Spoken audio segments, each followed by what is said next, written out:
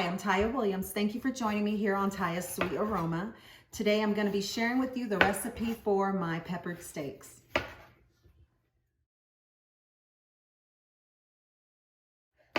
This is one of those recipes that remind me of home every time that I make it. I grew up in a very small town called Eloy in Arizona, and it's this little small country town. And I come from a very big family. My mom is the youngest of 9 children, and my family's very big on fishing and hunting.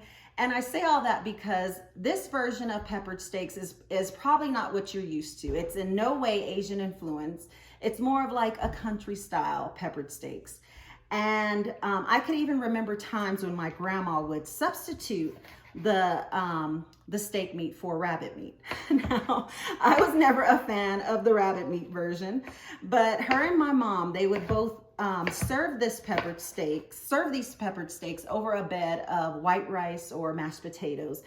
And either way is delicious, because what happens is these steaks are gonna cook in this gravy for a long period of time. And this gravy is filled with peppers and onions and tomatoes and just lots of garlic. And it's just, the house is getting ready to smell amazing.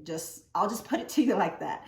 So also the steaks, the beef, it will start to release some of its own juices as it's cooking for this long period of time, and make that gravy even much more beefy. And somebody's excited, but I guess I'm getting excited too. So it just makes that gravy even more beefy and more flavorful. And so it's good on either the rice or the mashed potatoes. Now, when you put it over the rice, it just coats itself over every little edge of the potatoes. And when you put it over the white rice, it just envelops each grain and makes each bite just so flavorful and delicious. My husband actually, he eats more of the gravy because it's going to be a lot of gravy. He eats more of the gravy than he does the meat. And when he gets up, if he gets up for seconds, he'll just get more rice or potatoes, and he'll just put the gravy meat over the top because it's so good, the gravy is. So what I'm doing right now is I'm getting everything prepped. As soon as I am done, I will bring you in a little closer so we can go over the ingredients. The ingredients you're going to need for this recipe is some granulated garlic, black pepper, seasoning salt, bay leaf. The seasoning salt that I like to use is Lawry seasoning salt. You can use whichever one you prefer or whichever one you can find in your grocery store. I also have some vegetable oil, all-purpose flour, peppers, onion, garlic, Roma tomatoes, some hot water, and the star ingredient, which is some cube steaks. The reason you want to use cube steaks for this recipe is because they're nicely broken down and tenderized before you buy them, and it really helps when you're cooking them in with the gravy. They get nice and tender and sort of soak up that gravy, which makes them even better. So I'm gonna go ahead and move everything to the back so we can get started cooking. The first thing you want to do to get started is mix all your seasonings together. Then you want to take about a half a tablespoon of the seasoning and add it in with the flour. Give it a stir. Anytime you're coating some meat, you want to make sure that you season your flour. Okay, I have all that mixed in. I'm going to set it aside. Now I'm going to break down my steaks. You can leave them whole if you'd like. Sometimes I cut them into strips. I'm going to cut them down about this size right here will do good. As they cook in the gravy, a lot of times some of these more tenderized pieces will break apart in the gravy as well, but I think this size will do really good. I'm gonna go ahead and cut the rest of them down. Now that I have all of them in a single layer, what I like to do is I take about a tablespoon of the seasoning. I'm gonna lightly sprinkle some on both sides of the steaks. If you end up needing a little more of the seasoning, just take a little more. It's all gonna end up in the pot anyways. Once you have all your steaks nicely seasoned on both sides, you can coat it in the flour. I just take one of the steaks, press it into the flour mixture on both sides. Make sure all the sides are coated in the flour. Shake off any excess, and that is it. I'm gonna go ahead and get the rest of them done. Okay, I have one more left. Something else that I did want to mention is that if you feel this recipe is too much for you and your family, it's one of those recipes that can be easily cut in half. So just do half of everything that's listed on the ingredients list. I'm gonna go ahead and move these steaks to the back so we can start frying them up. Another thing I did want to mention, do not throw out this flour. It's what we're gonna be using to help make the gravy.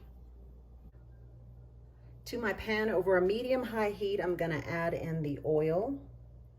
Once your oil is heated through, you can go ahead and start adding in the steaks. One way I like to do that is I take some of the flour, just gonna still some off of the steaks, add it in. If it starts to sizzle like that, then you know it's ready. So you can take your steak. You don't wanna overcrowd the pan, just add about 4 to 5 in, depending on the size. 4 to 5 at a time. Once your steaks have had a chance to get nicely cooked on one side, you want to flip them over. You're not trying to cook them through fully at this stage. They'll finish cooking along with the gravy. So I'm going to let them go for about another minute on this side, then I'll add in some more and continue to do it with the rest of the steaks until they're all done. Something else I forgot to mention is that when I take the steaks out, I place them right back on the same pan. I do not put them onto anything lined with paper towel because I want those. I'm going to be adding all these pieces back into the pan. Let me get the next batch put in. I'm removing the last steak piece from the pan. To the pan with all these delicious bits on the bottom, you want to add in your peppers and onions. Give everything a stir, and while you're stirring, just kind of scrape at the bottom of the pan to help those bits release up off of it. As soon as your onions and peppers have had a chance to cook down and your onions become nice and translucent, you can go ahead and add in your garlic and get that stirred in. Now you only want to cook your garlic for about 30 seconds because you don't want it to start burning. After about 30 seconds, take that remaining flour and go ahead and sprinkle it in. Remember, we're making a gravy here. I've allowed that flour to cook for about a minute. Now here comes the fun part. You want to take about half of your water, give it a stir. You can see that it's thickened up. Now I'm going to add the rest of my water. Just keep stirring until all your flour has had a chance to get mixed in. If you find that it's staying a little lumpy, just go ahead and switch over to a whisk and that'll help break up those flour pieces. I'm now adding in my tomatoes, my bay leaf.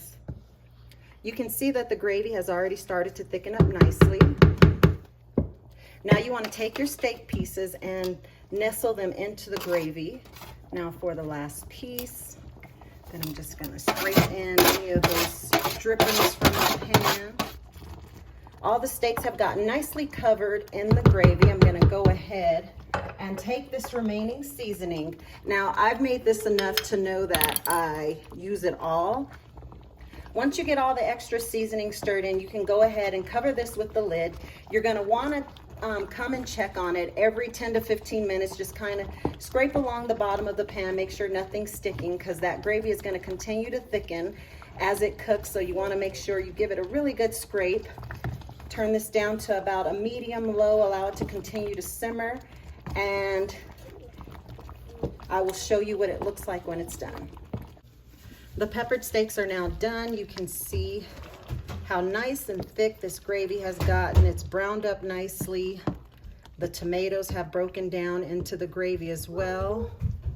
I'm gonna go ahead and plate some up.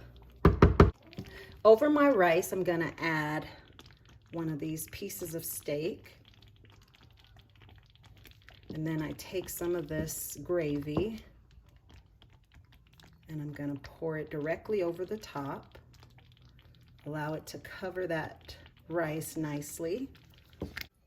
So once everything is combined and it comes to a boil, you want to allow it to cook for another hour. And what that hour is going to do is it's going to allow that steak to get nice and tender, allow that gravy to sort of creep in between the pieces of the tenderized beef and just makes each bite that much more better.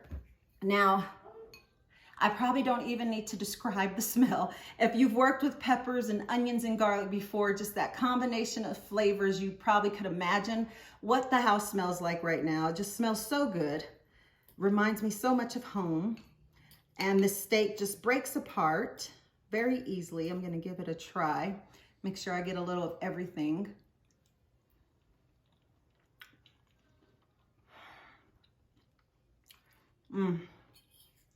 It's like home. That gravy is just so rich and flavored, and I love those peppers and tomatoes. The tomatoes give it that nice little acidity taste to help balance out some of the pepper and salty flavor in the dish. The rice, it starts to absorb the gravy, and if you were to serve this over mashed potatoes, it just, all of it, either way, it just blends so good. And if you're looking for a good mashed potato recipe, I do happen to have one already posted, so be sure to check it out if you're looking for one. But this is definitely one you got to give a try. I think it's one you're gonna love, especially if you're like me. I'm such a meat, potato, and rice and gravy kind of girl. If you love gravy on anything, you're gonna love this gravy now. If you wanted to kick the gravy up a bit and make it spicy, you could go ahead and add in a jalapeno along with the peppers and onions when you're sauteing them. And that'll give the gravy a bit more of a peppery bite. Other than that, I think it's perfect. I don't think anything needs to be adjusted other than the amount in my bowl. So I thank you for spending time with me here today, and I'll be sure to include down below in the description box a link over to my blog where you can find this written recipe. And as always, I hope to see you again next time. Bye.